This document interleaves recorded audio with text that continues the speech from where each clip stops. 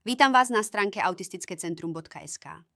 Vychádzajúc z vlastnej praxe, môžem zodpovedne vyhlásiť, že jedným z najčastejších otázok rodičov detí s poruchou autistického spektra je to, že prečo sa stanovuje táto diagnóza tak neskoro. Odpovedí na túto otázku je viacero, ktoré samozrejme neplatia bezpodmienečne u každého. Avšak vo všeobecnosti sa dá povedať, že k hlavným determinantom patrí počet špecialistov na autizmus v regióne, kde rodina žije, ďalej sociokultúrne zázemie rodiny, počet detí v rodine, pridružené poruchy a vek dieťaťa. Počet odborníkov je väčšinou vyšší vo väčších mestách ako v provinčnej oblasti a tento demografický faktor môže časovo pozitívne alebo negatívne ovplyvniť obdobie stanovenia diagnózy. Chronicky nízky počet špecialistov zaoberajúcich sa s poruchou autistického spektra ďalej oddiaľuje obdobie diagnostikovania. Sociokultúrne zázemie rodiny má tiež určitý vplyv na obdobie stanovenia diagnózy. Tu nemám na mysli v prvom rade úroveň vzdelanosti rodičov dieťaťa. Mám na mysli skôr životné postoje a kontakty rodiny, ktoré môžu pozitívne alebo negatívne ovplyvniť obdobie uvedomenia si problému a s tým súvisiace plynutie času. Počet detí v rodine môže hrať tiež dôležitú úlohu. Vo všeobecnosti sa dá povedať, že rodičia jedného alebo prvorodeného dieťaťa vyhľadajú pomoc neskôr ako rodičia viacerých detí. Táto tendencia sa mení najčastejšie v tom prípade, keď dieťa s autizmom nie je prvorodeným dieťaťom v rade súrodencov. Je tomu tak preto, lebo neurotypický súrodenec je veľmi silným motivačným porovnávacím modelom. Možné pridružené poruchy ďalej variujú symptomatický obraz, ktorých presné identifikovanie môže oddialiť obdobie stanovenia diagnózy poruchy autistického spektra.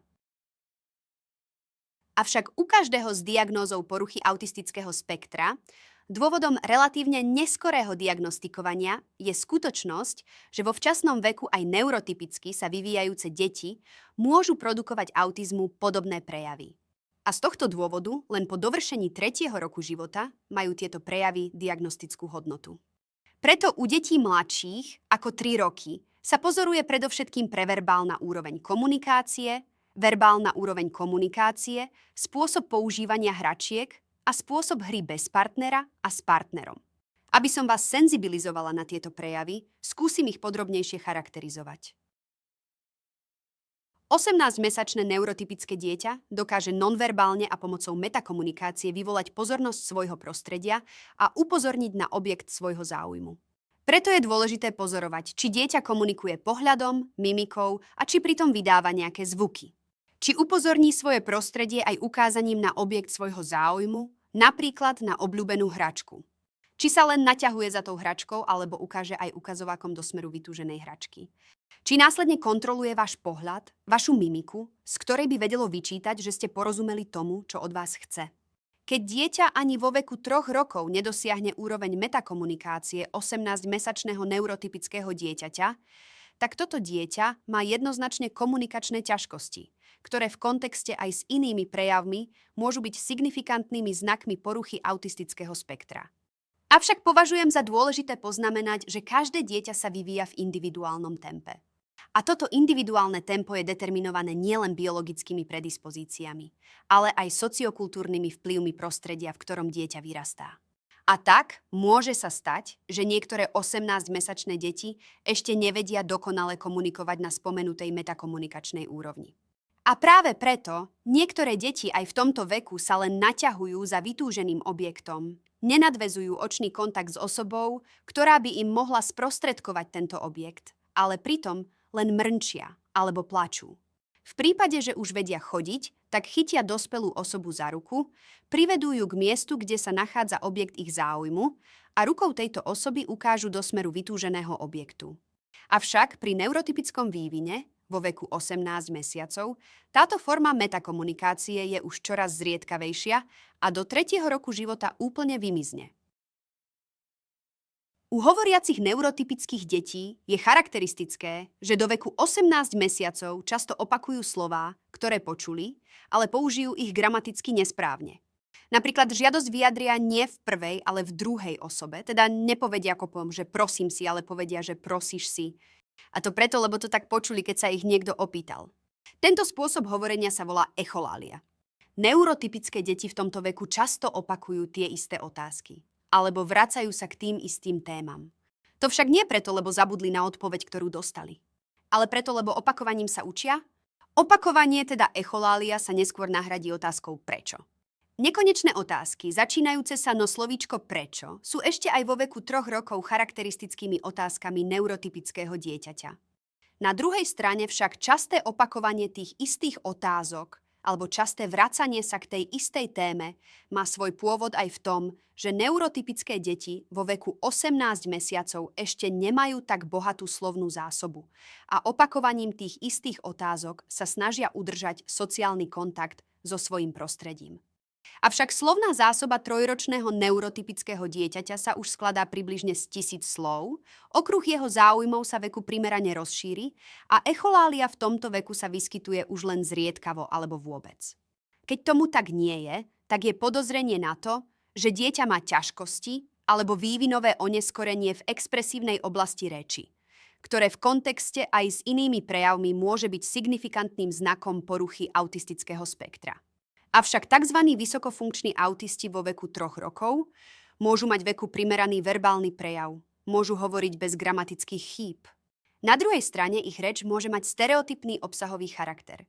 Môžu lipnúť na určitých témach, ktoré sa obmedzujú striktne len na ich záujmový okruh. Pri hrových aktivitách je dôležité si všímať interakciu, spôsob nadväzovania kontaktu a aj kreativitu pri hre alebo kvalitatívnu zložku hry. Ako doteraz, aj pri hre je veľkým míľnikom vek 18 mesiacov.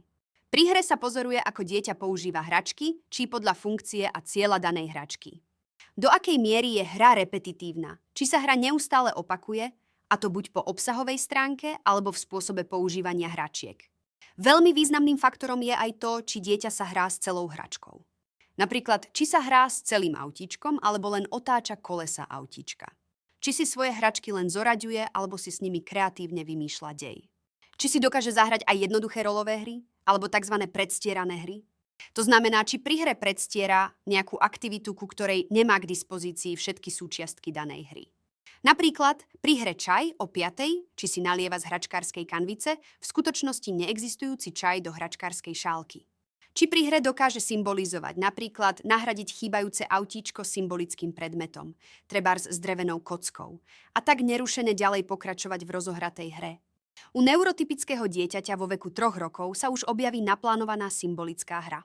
Dieťa oznámi svoj zámer a pohľadá potrebné predmety a hračky, ktoré pri hre bude potrebovať. Chýbajúcu hračku nahradí s iným predmetom. Svoje hračky používa spôsobom, ako keby dokázali samostatne vykonávať činnosti, napríklad s rukou bábiky alebo plyšovej hračky zdvihne alebo preloží niečo. Hru dieťaťa celkovo charakterizuje kreatívnosť. V prípade, že v hre trojročného dieťaťa absentujú tieto charakteristiky, môže to byť znakom aj inej diagnózy, ale v kontexte aj s inými prejavmi táto absencia môže byť signifikantným znakom poruchy autistického spektra. Pre dvojročné neurotypické dieťa je charakteristické, že aktívne ešte nevyhľadáva spoločnosť svojich rovesníkov, ale zaujíma sa o nich. V tomto veku, bez dozoru rodičov alebo inej dospelej osoby, môže dôjsť aj k fyzickým nedorozumeniam medzi deťmi. U detí s autizmom aj vo veku staršom ako 3 roky je často veľmi nápadné ich nezáujem o ostatné deti a nezáujem o ich hračky. Inokedy však môžu prejaviť prehnaný záujem, ale často na úrovni, ktorá nie je primeraná k aktuálnemu veku daného dieťaťa. U dieťaťa staršieho ako 3 roky už je veľmi nápadné, keď bez dovolenia si zoberie hračku iného dieťaťa, a to nezriedka aj za použitia fyzickej sily. Samozrejme, takýto spôsob správania môže byť podmienené aj výchovným štýlom rodiny, z ktorého dieťa pochádza. Avšak keď tomu tak nie je, takýto spôsob správania nadobúda charakter problémového správania, respektíve problémovej sociálnej komunikácie, čo ale nemusí hneď znamenať poruchu autistického spektra. Iné deti sa zas nechajú zapojiť do hier, ale sú nápadne pasívne, zmenu v hre neiniciujú, ale ani proti nej veľmi neprotestujú. Niektoré deti v takejto situácii sú bezradné, utiahnu sa a v tichosti pozorujú priebeh hry alebo sa pasívne poddajú tomu, čo dospelí alebo rovesníci v hre navrhujú. Je dosť časté, že pri hre na rodinu práve pasívne deti s autizmom dostanú pri rolových hrách rolu bábätka, lebo bez protestovania nechajú so sebou manipulovať.